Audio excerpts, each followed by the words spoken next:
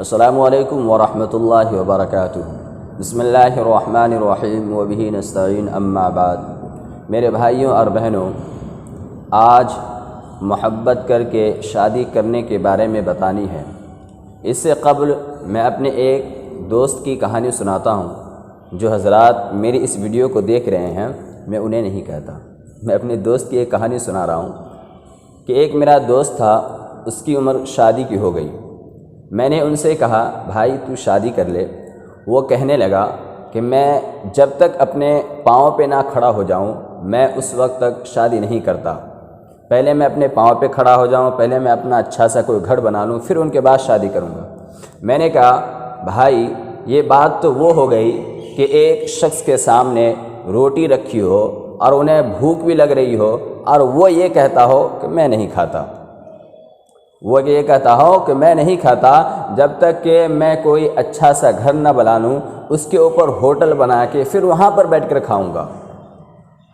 میرے بھائیوں، میں نے کہا جب اللہ کی نعمت مل رہی ہو تو ان کو چاہیے کہ وہ لے لیں۔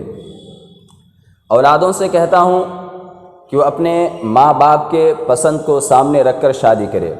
لو میرج چند دن کے خواب ہوتے ہیں، پھر سوائے لڑائی جھگڑے کے کچھ حاصل نہیں ہوتا۔ وہ اپنے ماں باپ کے مشورے سے شادی کرے، وہ اپنے ماں باپ کے رائے کے مطابق کرے تو ماں باپ دعائیں دے گی، برکتیں حاصل ہوگی۔ میں ماں باپ سے بھی کہتا ہوں کہ وہ اپنے اولاد کی رعایت کرے، ان پہ زبردستی زور نہ ڈالے کہ تمہیں یہیں پر شادی کرنی ہے۔ شادی یہ اولادوں کا حق ہوتا ہے، شادی یہ اولادوں کا حق ہوتا ہے۔ اگر بیٹی کہے کہ میں وہاں پر شادی کرنا چاہتی ہوں تو ٹھیک ہے، اگر وہ انکار کر دے تو ان میں زور و زبردستی نہیں کرنی چاہیے۔ اگر بیٹا کہے کہ میں وہاں پہ شادی نہیں کرتا تو وہاں پہ نہیں کرنی چاہیے۔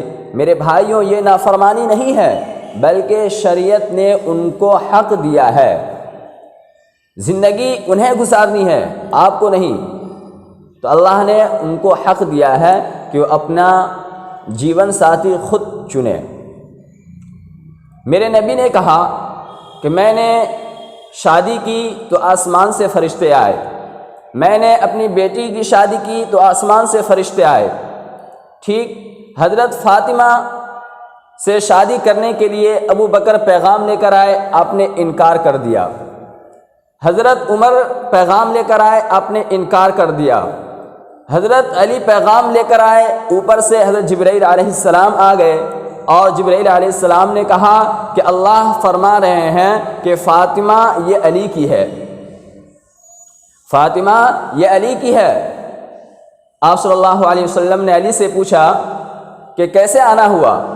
تو آپ صلی اللہ علیہ وسلم کو تو معلوم تھا، تو حضرت علی کہا یا رسول اللہ، یہ کہہ کر خاموش ہو گئے۔ پھر آپ صلی اللہ علیہ وسلم نے خود ہی بیان کیا کہ فاطمہ کے رشتے کے لیے آئے ہو؟ کہا جی یا رسول اللہ۔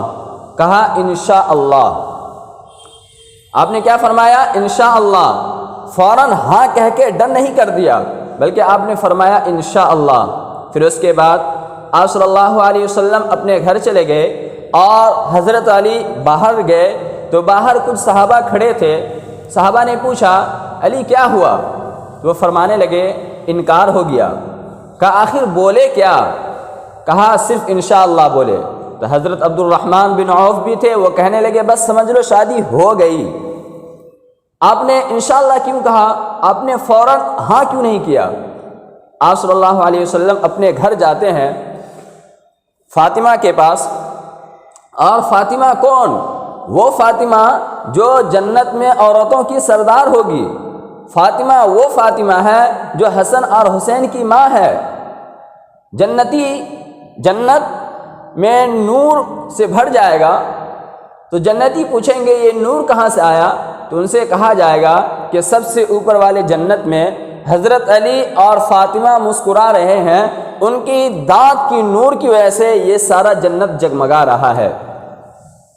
وہ فاطمہ بیٹی فاطمہ ہو، رشتہ علی کا آیا ہو، اوپر سے حضرت جبرائیل علیہ السلام آئے ہو، باپ محمد صلی اللہ علیہ وسلم ہو، اس کے باوجود بھی فاطمہ سے کہتے ہیں بیٹی فاطمہ علی کا رشتہ آیا ہے، ہاں کر دوں؟ اللہ اکبر۔ بیٹی فاطمہ علی کا رشتہ آیا ہے، ہاں کر دوں؟ کیا آپ صلی اللہ علیہ وسلم ہاں کر دیتے تو کیا فاطمہ نے انکار کرنا تھا؟ نہیں میرے بھائیوں، فاطمہ نے انکار نہیں کرنا تھا۔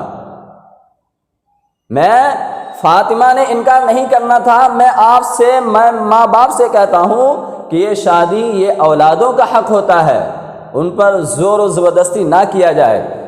اولاد سے کہتا ہوں کہ وہ لو میرج کے چکر میں نہ پڑے۔ لو میرج ایک خواب ہے، ایک دھوکہ ہے۔ شادی صرف انہی سے نہیں کی جاتی ہے جس کے شکل و صورت اچھے ہو، بلکہ شادی ان سے بھی کی جاتی ہے جس کے اخلاق اچھے ہو۔ اگر آپ کو کوئی لڑکی پسند آ گئی ہو تو آپ ان کے گھروں کو تلاش کر کے ان کے گھروں پر جا کے نکاح کا پیغام بھیجیں۔ کچھ حضرات تو پسند کے بھی قائل نہیں ہے، میں اتنا بھی سخت نہیں ہوں، پسند کے قائل ہوں۔ کوئی بھی کسی کو کبھی بھی پسند آ سکتی ہے، ڈاکٹر صاحب کو بھی پسند آ سکتی ہے، انجینئر صاحب کو بھی پسند آ سکتی ہے، ہو سکتا ہو مولوی صاحب کو بھی پسند آ جائے۔ تو یہ پسند ہر کسی کو آ سکتا ہے، کبھی بھی ہو سکتا ہے۔ اگر آپ کو کوئی لڑکی پسند ہو تو آپ ان کے گھروں میں جا کر نکاح کا پیغام بھیجیں۔ اگر وہاں سے ہاں کر دے تو ٹھیک ہے، اگر نہ کرے تو وہاں سے اپنے دماغوں کو ہٹا دے۔ پر آپ حضرات لو میرج کے چکر میں نہ پڑے۔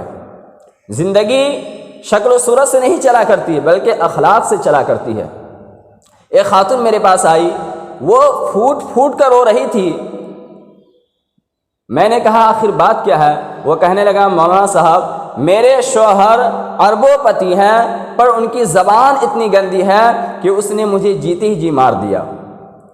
اس کے بعد کچھ دنوں کے بعد ایک نوجوان سے ملاقات ہوا، وہ کہنے لگا مولانا صاحب اللہ نے ہمیں ہر چیز دی ہے، کسی بھی چیز کی کمی نہیں ہے، پر ہماری بیوی کی زبان اتنی تیز ہے کہ ان کی وجہ سے ہمارے گھر برباد ہو رہے ہیں۔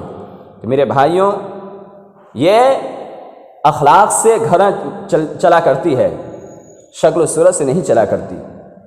اخلاق ہمارے اچھے ہوں گے تو ہمارے گھر بھی اچھے ہوں گے، اخلاق ہمارے برے ہوں گے تو ہمارے گھر بھی برے ہو جائیں گے۔ آپ یہ اندازہ لگائیں، بعض جو بچے کلاسوں میں فرسٹ آیا کرتے تھے وہ بچے خودکشی کرتے ہیں صرف اس لیے کہ ان کے گھروں میں ماں باپ روزانہ لڑائی کرتے ہیں۔ میرے بھائیوں، میاں بیوی کی لڑائی یہ نسلوں کو برباد کر دیتی ہے۔ تو جو بھی میاں بیوی یہ ہماری ویڈیو کو دیکھ رہے ہیں وہ سب سے پہلے جا کر صلح کریں۔ اس سے ہوتا کیا ہے، جو آپ کے بچے پڑھائی کرتے ہیں یا کوئی بھی اور کام کرتا ہو تو بچے کو وہاں سے ٹینشن گھر سے ملتا ہے جس کی وجہ سے بچہ کامیاب نہیں ہو پاتا۔ تو میرے بھائیوں، اللہ ہم سب کو سمجھ عطا فرمائے۔